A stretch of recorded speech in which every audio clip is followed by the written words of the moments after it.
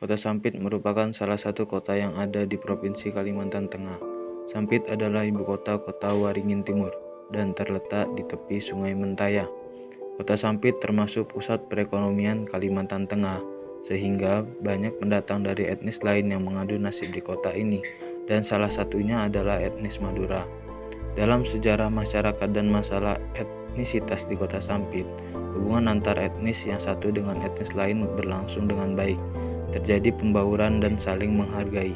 Bahkan perkawinan antar etnis pun sudah biasa dijumpai dalam kehidupan masyarakat di Kota Sampit. Konflik antar masyarakat etnis Dayak dan masyarakat etnis Madura itu sudah kerap terjadi di Kalimantan Tengah.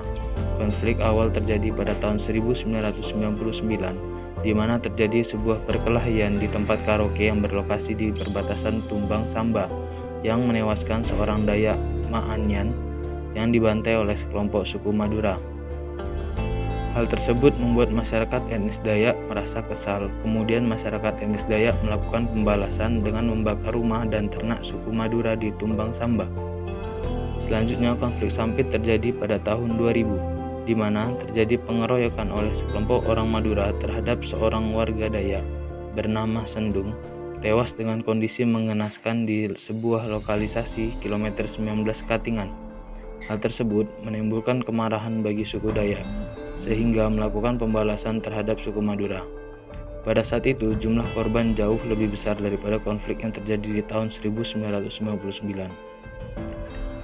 Pada tanggal 18 Februari tahun 2001, pertikaian dengan skala besar pun terjadi di Kota Sampit, di mana masyarakat etnis Madura melakukan pembalasan dengan mengepung rumah Sehan yang bertempat tinggal di Kelurahan Ketapang dan Dahur di Kelurahan Mentawa Baru Hilir. Kelurahan Ketapang dan Kelurahan Mentawa Hilir merupakan pusat lokasi di mana terjadinya konflik antar etnis di Kota Sampit. Kedua merupakan masyarakat etnis Dayak. Sehan adalah Purnawiraman TNI pada saat itu. Pengepungan itu berakhir dengan dibakarnya rumah Sehan dan Dahur. Keduanya beserta keluarga tewas terbakar. Konflik pun menjadi besar dengan adanya aksi pembakaran dan pembantaian yang terjadi sepanjang hari itu. Polres dan TNI bekerjasama mengungsikan masyarakat etnis Dayak ke Palangkaraya. Di tengah perang yang mulai berkecamuk, etnis Dayak tersebut melakukan balasan terhadap etnis Madura. Dalam aksi balas itu berlangsung, tidak terhitung berapa rumah terbakar dan leher terpenggal selama perang itu terjadi. Seminggu setelah terjadi konflik besar tersebut, masyarakat etnis Madura pun diungsikan. Jumlah total warga yang mengungsi mencapai 57.000 jiwa. Penyebab terjadinya konflik.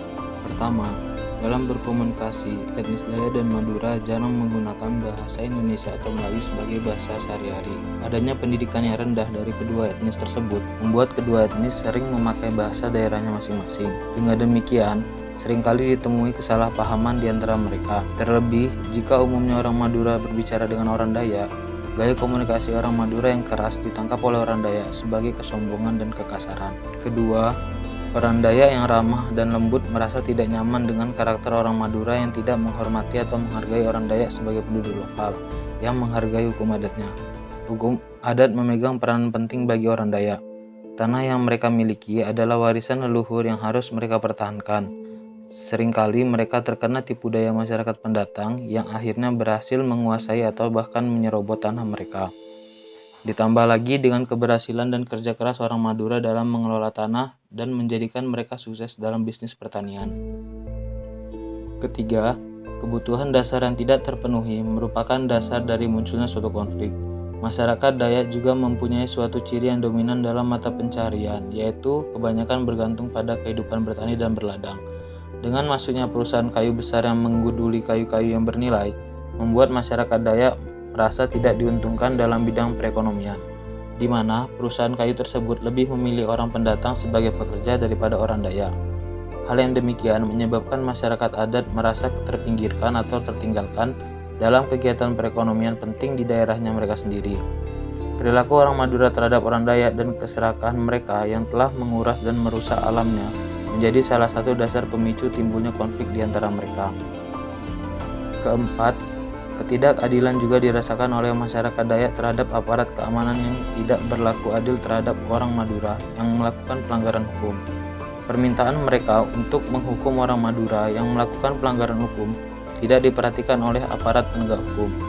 Hal inilah yang menyebabkan etnis Dayak melakukan kekerasan langsung terhadap etnis Madura dengan melakukan penghancuran dan pembakaran pemukiman etnis Madura. Dalam menyelesaikan konflik ini, pemerintah ikut turun tangan dalam mengatasi konflik sampit yang sudah memakan korban jiwa. Pemerintah melakukan pemulihan penuh pada aspek internal dari masyarakat dan budaya. Penataan kembali kehidupan sosial budaya dilakukan dengan digelarnya upacara ritual yang disebut Mangantung Manaheta, Menguat Sahur Parapah di Balai Kaharingan Palangkaraya pada hari Minggu 18 Maret 2002. Upacara ini memiliki tujuan untuk memohon keselamatan dan berakhirnya bencana seperti konflik yang sudah terjadi. Selain itu, bertujuan menjaga wilayah dan masyarakat Kalimantan Tengah serta menghentikan konflik yang merugikan semua dan bahkan mendiskreditkan citra masyarakat Dayak di dunia internasional. Kemudian kegiatan lain yaitu mengadakan musyawarah dengan wakil-wakil kelompok yang terlibat konflik. Pertemuan ini juga dihadiri oleh pemerintah yaitu Menteri Dalam Negeri dan Otonomi Daerah, 4 gubernur dari Kalimantan dan Jawa Timur. Dalam pertemuan tersebut menghasilkan beberapa keputusan yang intinya untuk mengungkap akar masalah dan membuat prinsip dasar dalam menyelesaikan konflik tersebut. Musyawarah damai itu juga menghasilkan rumusan-rumusan tentang persamaan persepsi dan tujuan untuk menangani masalah konflik. Adapun beberapa poin kesamaannya yaitu kejadian yang terjadi di Kalimantan merupakan musibah yang harus diterima dengan ikhlas, menciptakan suasana damai dan kondusif, memulangkan pengungsi ke pemukiman semula. Pemerintah pusat dan daerah akan terus memberi fasilitas dalam kerukunan, jaminan keamanan oleh negara, penghormatan pada hak asasi manusia, dan peningkatan kesejahteraan rakyat dan menghilangkan kesenjangan dalam aspek kehidupan. Relevansi resolusi konflik Rasulullah Piagam Madinah adalah hasil kesepakatan antara kelompok muslim dan non-muslim dari sebuah konflik yang terjadi. Peristiwa ini terjadi lantaran adanya perpecahan yang sudah melanda Yatsrib. Pada saat hijrah dalam persaudaraan Muhajirin dan Ansor, kaum Ansor merupakan kaum minoritas dari Yatsrib. Kemudian, tokoh Yatsrib menghubungi Rasulullah untuk menjadi hakim dalam perang saudara yang sudah lama terjadi. Kelompok Yahudi yang dalam perlindungan suku-suku Arab juga mengalami perpecahan. Pada saat itu, Yatsrib butuh orang luar atau bukan kalangan lokal untuk menyelesaikan konflik. Rasulullah mempererat persaudaraan kaum-kaum yang ada dari berbagai suku dan agama untuk hidup rukun bersama-sama dengan mengubah nama Yatsrib menjadi Madinah. Jika terjadi pelanggaran, proses penyelesaiannya dengan musyawarah yang melibatkan Muhammad, tidak dengan jalur mekanisme kesukuan lama. Piagam Madinah ini lahir dipercaya sebagai bentuk dokumen konstitusi tertulis pertama di dunia sebagai Magna Carta. Piagam Madinah juga memberikan kesetaraan yang sama dan kaum non-muslim atau Yahudi mendapatkan bantuan serta perlindungan jika patuh sama negara. Atas dasar tersebut, yang pada awalnya telah terjadi perselisihan antara kaum muslim dan non-muslim, Yahudi dan Nasrani, bisa diselesaikan dengan metode konstitusional dengan tidak menggunakan kekerasan kesukuan lama. Maka, dapat terbentuklah lingkungan masyarakat yang memiliki prinsip keadilan, persamaan, dan musyawarah. Sehingga, sudah ada sebuah resolusi konflik yang digunakan oleh Rasulullah untuk mengatasi persoalan kehidupan sosial. Sehingga apabila terjadi konflik, ada baiknya bila diselesaikan dengan cara damai dan disertakan mediator yang bukan dari kalangan yang berkonflik.